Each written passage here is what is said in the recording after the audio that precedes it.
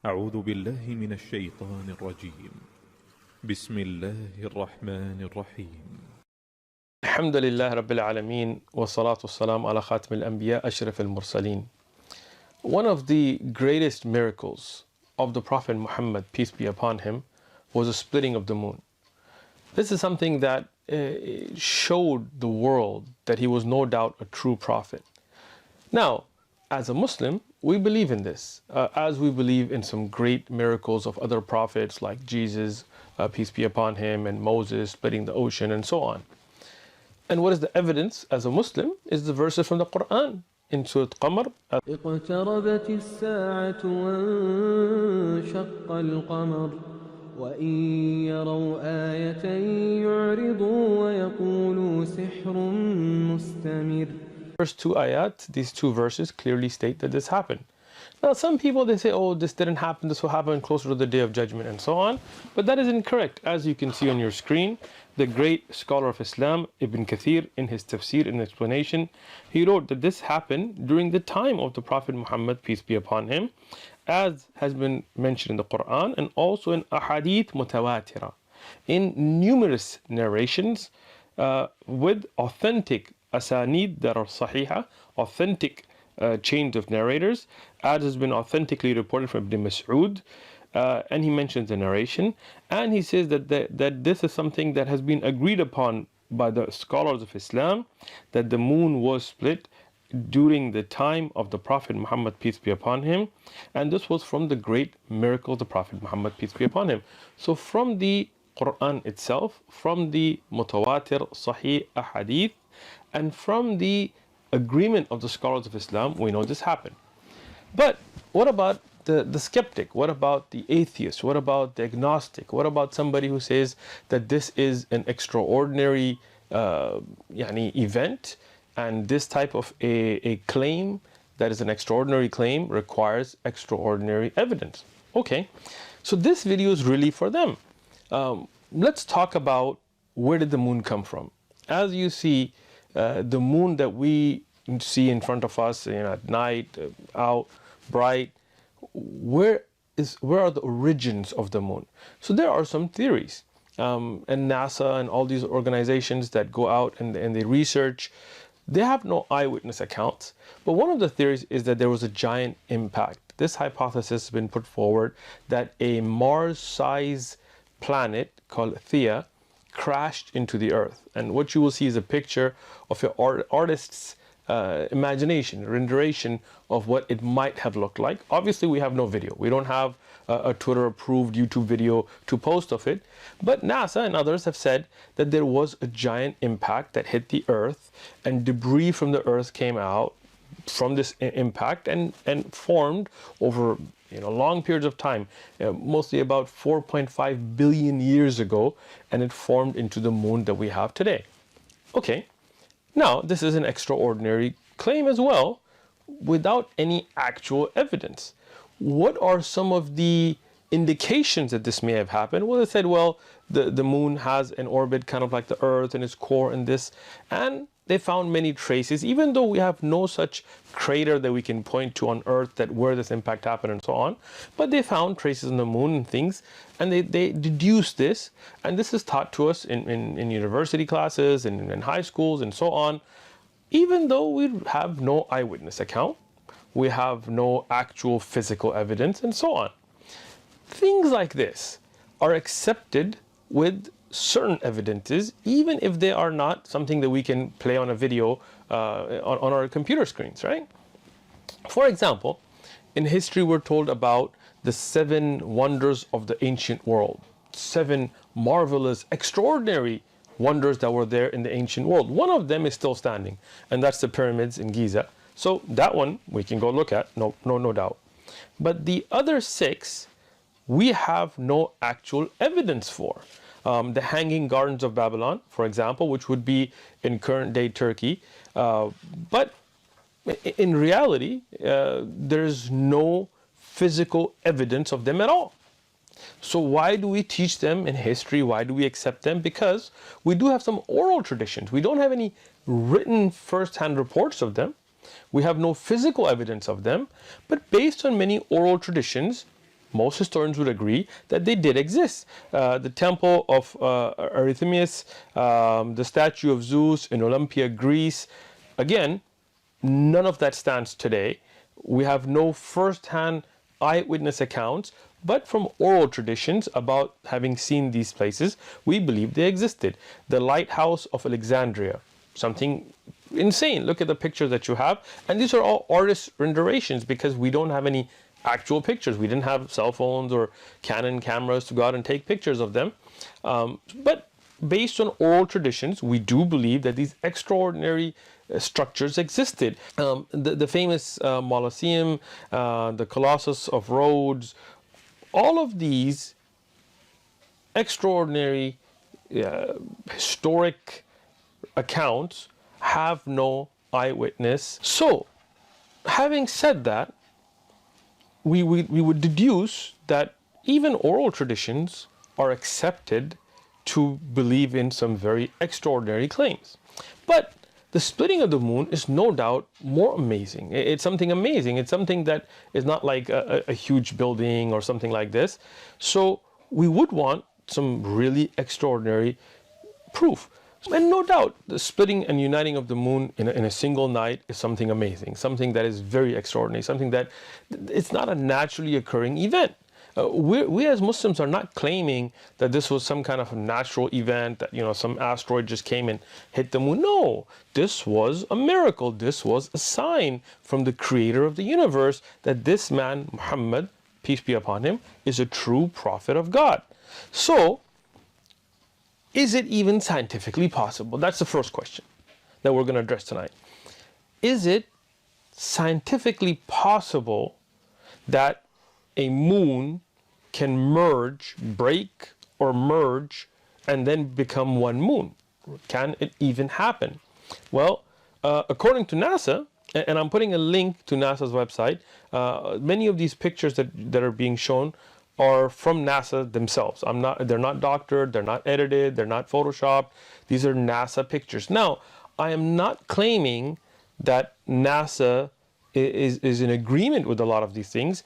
What I am showing is what their research showed, and you can look at it on their website. So NASA sent a rover to Saturn, Cassini, and spent 20 years. It was sent out in 1997.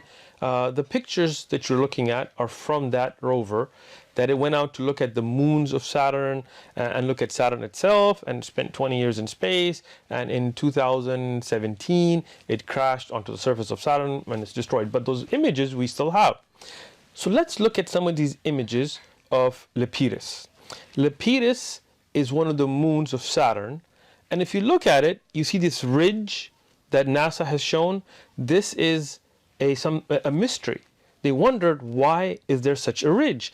As you can see in the picture, that goes all the way across that moon. And why is it that the surface is so different on different sides? Well, according to NASA, one of the accepted theories is that this was an impact, two moons, or a body that separated at a certain time, crashed in, and as you can see an artist's rendering of it, to make the moon today. And after scanning the surface, this is what they have come up with, that two separate bodies came together and today it's one moon. So can you say, is it possible? No doubt it's possible. But that is not our moon, right? That is something in Saturn, okay? So let's talk about our moon. If you look at the picture on your screen today, and this again, you can find all of these on NASA's website itself, and I've put a link in the description. You'll have to search around there. The moon has our moon, the Earth's moon, has two very different faces. One that is facing towards the Earth and one that is facing away from the Earth, and they're very different. Well, why is that? One of the theories that's put forward by NASA themselves is that this is because there was a merging, and this is now the picture you have on your screen.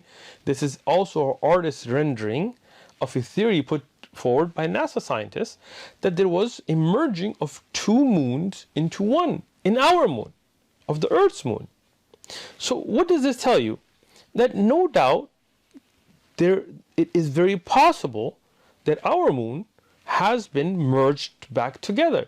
And one of the evidences that you can find for this, as you will see in the picture now, are these ridges, which are called rima meaning grooves, right? And there is the rima orthodeus, which is 300 kilometers. In fact, all across the moon, in different places, you will find these cracks. Well, what causes them? There are many theories. One of them being that, as we mentioned before, that the two moons that collided caused these ridges. One of them being their volcanic tunnels and so on. I'm not claiming that NASA knows the answer, but they have taken these pictures and put forward these theories as well.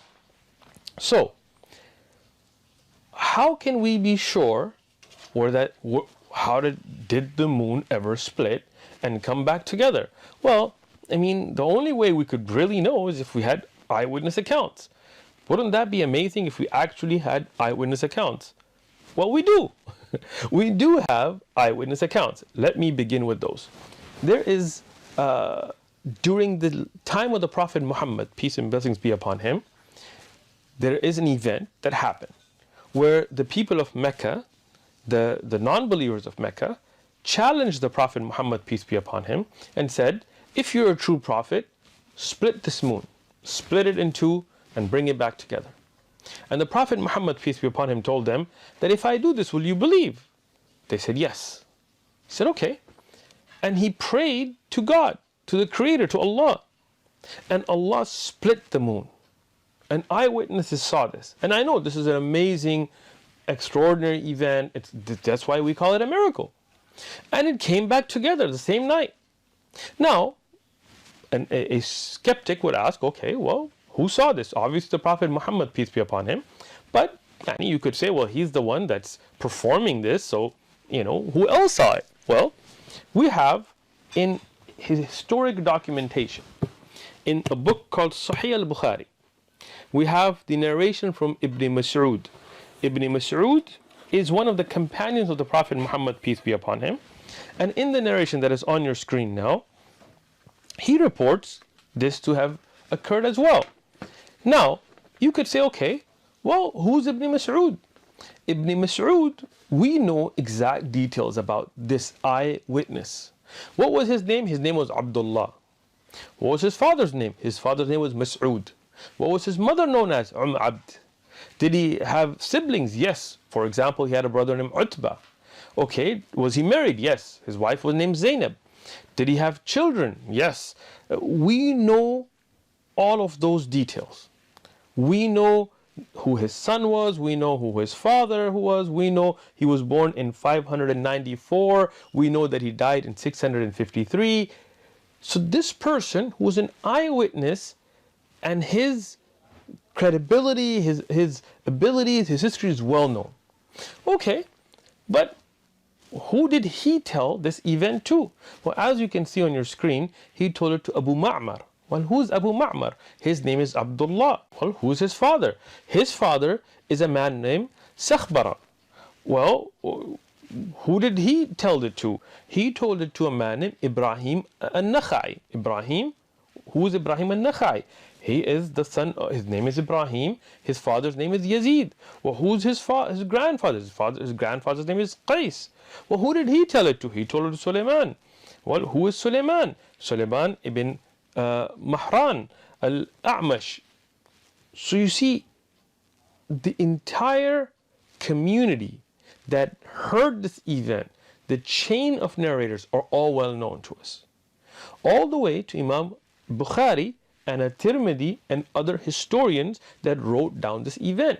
Not only do we know who those narrators are, we even know how reliable were they in their memorization, how trustworthy were they. We have their entire biography. Okay. Now, already we have more eyewitness accounts than for the hanging gardens of Babylon or the lighthouse of Alexandria, meaning that we actually know the person, we know their history, who physically saw it. So you could say that if such an extraordinary event happened, why is Abdullah ibn Mas'ud the only witness? Well, he's not. We have more eyewitnesses. Who are they? Let's name more. Jubair ibn Mut'im. Well, who was Jubair ibn Mut'im? He was somebody who was a companion of the Prophet Muhammad, peace be upon him, but he became a Muslim in 628 at the Treaty of Hudaybiyah. So that would mean that before the migration of the Prophet Muhammad, peace be upon him, from Mecca to Medina, which was around 622, he was a non-Muslim. So he was from Mecca, and as a non-Muslim, he witnessed this account, and he has an eyewitness account that is on your screen. Imam Ahmad in his Musnad, Imam Tirmidhi in his Jami', authentic narration, where he also says that I witnessed it, I saw that during the time of the Prophet Muhammad, peace be upon him, the moon split and came back together. So now you have another witness, and we have the same details about him and everybody that he reported to. Who was his father? It was Mut'im ibn Adi. Did he have a son? Yes. One of his sons was Nafi' ibn Jubair. When did he die? 679. So with all of that clear detail, we have another eyewitness. First, that Abdullah ibn Masud, who was a Muslim already, and the other, Jubair, who was not a Muslim at that time, that later accepted Islam. Okay, well, so you got two. How many else can you give us? Many more. Hudayfa ibn Yaman. Hudayfa ibn Yaman, he was also a companion of the Prophet Muhammad, peace be upon him. We have the exact same details: father, mother, children, where he lived, how good was his memory, what kind of a person was he, what he did. All of that detail is present, and Abu Nu'aym and Al-Bayhaqi and others have mentioned his narration. So this is also, it's on your screen. He was also an eyewitness to the account. More, let's give you more. Anas ibn Malik. Anas ibn Malik, the interesting thing about him is he's born in 612 and he dies in 711. And he's from Medina. And he, in Sahih al-Bukhari, he also witnesses this event. So that means the people of Medina were also witnesses to this event. Okay, Abdullah ibn Abbas, also another witness, authentic. We have Abdullah ibn Umar, who was the son of Umar ibn Khattab, famous companion, also an authentic narration. Now, some of them, they are physical witnesses, and there are other companions who were too young, so they asked the people of Mecca who witnessed it and got the information from them. Many, many, many reports. We can go on. But a very important report from eyewitnesses is what's reported by Ibn Kathir in Bidayah wa Nihaya, in one of the famous books of Islamic history called Bidayah wa Nihaya. It is also reported by Abu Nu'aym, and it's also reported by Ibn Sayyid al-Nas. In this narration, it lists non-Muslims who were eyewitnesses. So we've already given you 6, 7 of the Muslims or those that became Muslim after this event that witnessed it. But now I'm going to give you of non-Muslims. Who were they? Walid ibn Mughira. We have his history as well. We have the famous Abu Jahl, whose actual name is Amr ibn Hisham. We have Al-As ibn Hisham. We have As ibn Wa'il. We have all of these people that were non-Muslims. Not just them. We have Al-Aswad ibn Abdul Yaghuth. Yaghuth was one of the idols, and his father was named as the slave of that idol. He was a non-Muslim, Al-Aswad here.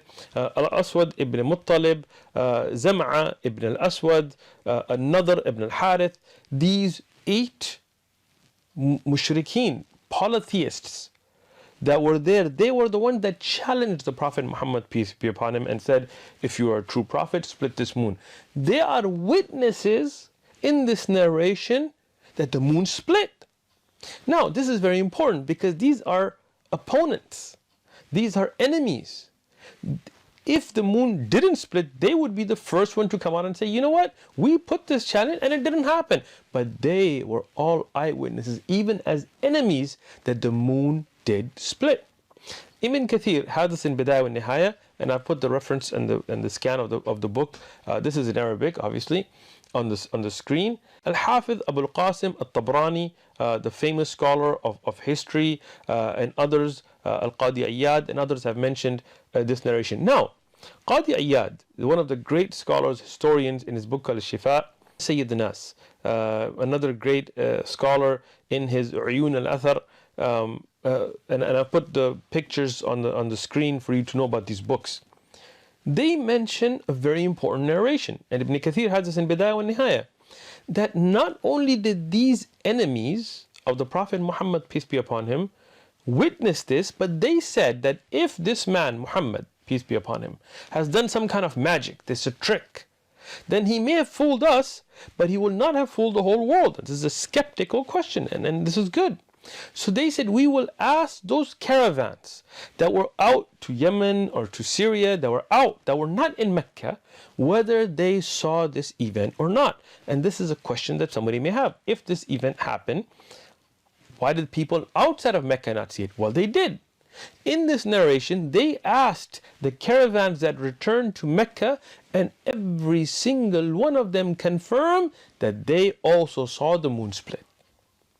So now this is very important, because not only did the people of Mecca and a report out of Medina and proponents and opponents all see this as eyewitness accounts, but people that were outside in caravans in Arabia also saw the same event. And this is something that was mentioned in the Quran. If any of the polytheists, the mushrikeen, the idol worshippers saw this in the Quran and had not witnessed it, they would have objected to this. In the later time, this happened in Mecca after the migration of the Prophet Muhammad, peace be upon him, to Medina, and then coming back at Fath of Mecca, the victory of Mecca. They would have said, hey, in your Quran it says the moon split, but we didn't see it. But they didn't, because those mushrikeen, those polytheists, they themselves saw the event as well. Now, as a skeptic, somebody who's agnostic, somebody who's going to question, they may say, okay, you have reports out of Mecca and Arabia and these caravans in Medina, but what about other parts of the world? If some great event like this happened, like the moon splits, then surely people in other parts of the world would have seen it. Well, first thing, it is unrealistic to expect that people would have seen it in the daytime, right? Because we can't see the moon in the daytime. So, you know, in parts of North America and South America and Europe, if you look at time, if it was the early part of the night, obviously this wasn't midnight or 2, 3 a.m. because then people would have been asleep in those days. In the early part of the night, if the moon split, when the people were out, that means that in Europe and the United States, which obviously didn't exist at the time, but let's say North America and South America, it would be daytime. Night had not come. The sun begins its cycle from the east and sets in the west. So that means it would have been daytime. It is unrealistic to expect them to have seen it. Although if you go way back into Japan and Fiji and these areas, then it would have been probably getting very, very late. So most people would have been sleeping. But where is it likely that somebody could have seen it other than Arabia? Well, there could have been reports, no doubt, out of places like India, because Al-Hind, which would be east of Arabia, it would still be, you know, the earlier part of the night. Okay, so why don't we have any reports from there? Well, we do. In the book called Qissatul Shakarati Farmat, which is in a manuscript format, the actual handwritten manuscript in the British Library, there is evidence that has been produced that there was an account in India regarding this by a king of Kerala, of southern India, that saw this, and later when he met Muslims, he became a Muslim. Now, you can question that report, and I did as well. We want to make sure that we're looking at authentic, well-established history. No problem. So what I did is I emailed the British Library and I asked them about this, and I'm going to read off their email. So the inquiry I sent was to the British Library, which is at 96 Euston Road, London, NW1 2DB, United Kingdom. And I called them and I emailed them and I requested information about this manuscript. The response I got is from the Asia and Africa Reference Services India office, that's a subdivision of that service, from the India Office Papers, Oriental Language Publications and Oriental Language Manuscripts. They said, we are pleased to confirm that we do indeed hold in our collection a composite manuscript, and the reference number is IO Islamic 2807, On portfolios 81 through 104 verso, there is an account of an Indian king having witnessed the splitting of the moon and converting to Islam. The manuscript is entitled Qissatul Shakaruti Firmad and is listed in our published catalogs with the following: a fabulous account of the first settlement of Muhammadans in Malabar under King Sakaruti Krenagoro, a contemporary of Muhammad, peace be upon him, who was converted to Islam by the miracle of the division of the moon. So there is such a manuscript, but can you say this was a first-hand account? Can you say this is a historically acceptable account? Well, they are, the library in Britain is not qualified to do that. They can just tell you there is a manuscript. So what I did is I reached out to the National Digital Library of India. And this is a project in India where they have taken many manuscripts across India, and they have made a project of digitally scanning them and putting them up. This is a central library. It is an ISO certified library, as they have put in their email, under ISO 9001:2015, and so on and so on. So I emailed them about this manuscript and if there were any other historic documentation that they had. After a long time of me waiting and sending additional emails, I got a response from them.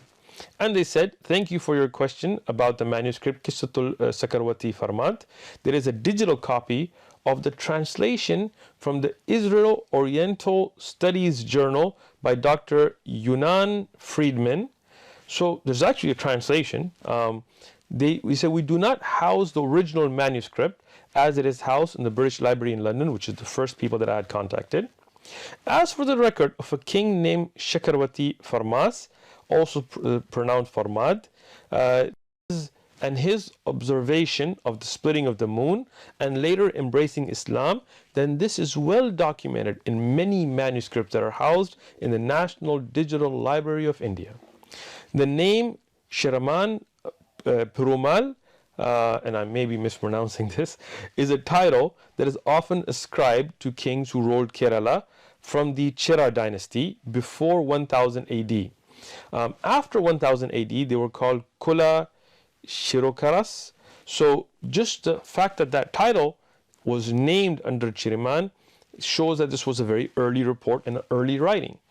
Now, according to their email, they said there are numerous oral and written traditions that state that Chiraman Perumal, the Chera king, called Shanakara Varman and Shakaramati with the title of Chiringal Perumal, sorry, I'm probably butchering these names, but who ruled from 621 to 640, and again that would put him exactly at the time of the Prophet Muhammad, peace be upon him's early time, because the Hijrah was around 622, so that would mean that his rule would be right before the migration of the Prophet Muhammad, peace be upon him, witnessed the splitting of the moon. And when he met Muslim traders, he converted to Islam, according to these reports, and they will mention books here, in 627. This is recorded in Tarikh Zuhur al-Islam fil Malibar, an early manuscript on the genesis of Islam in Kerala, housed in the digital library, and they give the manuscript number here. This is supported by what is documented in the book Tuhfatul Mujahideen by Sheikh Zainuddin, and this was also confirmed by Dr. Hermann Gundrit, a German Christian missionary, scholar, and linguist. This is also, his work is in the digital library, and they've given the manuscript number here as well. Dr. German Gundrit speaks of two Chera kings who went to Mecca, Shankarwanmarma, during the 1st century of Islam, and Rama Varma Kulashkankaram in the later, who would also be called under the title of Sherman Perumal. This account is also, in fact, recorded by the Portuguese writer Dorte Barbosa. And we have a manuscript here in the digital library for that as well. He writes about a mighty king named Chirman Perumal who ruled Kerala, converting to Islam, and ordered the Chirman Mosque, which is still standing in India. This was built in 629 AD after the death of Chirman Permal, who died in the Arabian Peninsula, according to these reports. This is also confirmed by another Portuguese writer named Joás de Barros and Diogo Alcortos. Both of them have confirmed these events as well in their historic writings that have been recorded in manuscripts that are in the digital library. He ends this email with, in India, it is well known part of our history, and the accounts of Chera kings who witnessed the splitting of the moon is well accepted as a historically proven record with oral and written traditions. Other historic events of that as recorded in Al-Isaba of Ibn Hajar. Now, this is the end of the email from the National Digital Library of India Project, Central Library. They gave their ISO certification, phone number and contact up on the screen by Ibn Hajar Asqalani. In summary, when we look at an extraordinary claim, no doubt we have provided here extraordinary evidence. Eyewitnesses, and not just eyewitnesses, those that were proponents and opponents, those that were in the same city of Mecca and those that were outside of Mecca. Those reports are all eyewitness first-hand reports that have been verified and documented. On top of that, we have seen reports that are historically acceptable. They do not meet the level of criterion that Islamic scholars have for checking of Jarh wa Ta'dil, but they are acceptable reports, historic reports out of India, of multiple sources that orally and in written format have documented that there was a king in India that witnessed this and later accepted Islam. The mosque that was built, and there's a picture of the mosque here, it is still standing. It has been through fires and so on, but it is such a well accepted fact that this mosque was built by that king after his accepting of Islam, after his witnessing the splitting of the moon, that even the Prime Minister of India made a gold replica of it to give a gift to the King of Saudi Arabia, showing the history of Islam in India. And there's a picture of this that I've put on the screen here for you to see. All the information about the kings of India and what happened during that time frame have been accepted through such reports. So this, collaborated by the eyewitness accounts in the time of the Prophet Muhammad, peace be upon him, that are no doubt verified, show clear evidence. There is more evidence presented here than for most of history. Columbus coming to South America and where he landed and what happened between him and the Incas and the Aztecs and so on. Who were the eyewitnesses to these accounts? Who did they tell this account to? Who were their parents? Who were their children? How reliable was their memory? We don't know. Because of those oral traditions, because of writings that are way after them, we accept these accounts. So what I say is, when you have eyewitness accounts, people who were verified that saw this, proponents, companions of the Prophet Muhammad, peace be upon him, also opponents, polytheists, not only that they were present there, but in other parts of Arabia that saw this event. And not just that, even when this claim was put forward, none of the polytheists for years after that were present ever challenged it.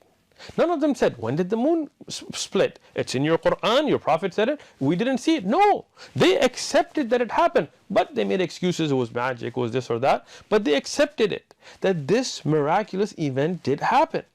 And collaborating evidence, historic evidence from India, as this non-Muslim historian, he's a Hindu, from India has confirmed that this is accepted history through many manuscripts, many writings, oral traditions. When we have all of this together, then no doubt this was an event that occurred. And this was a miracle of the Prophet Muhammad, peace be upon him. And we encourage everybody who's a skeptic, everybody who wants to question, to go out and read more about the life of the Prophet Muhammad, peace be upon him. Because the greatest miracle of the Prophet Muhammad, peace be upon him, the Quran, is still with us. Take it, read it. The life of the Prophet Muhammad, peace be upon him, read about it. His other miracles, read about it. And let them be a guiding force for you.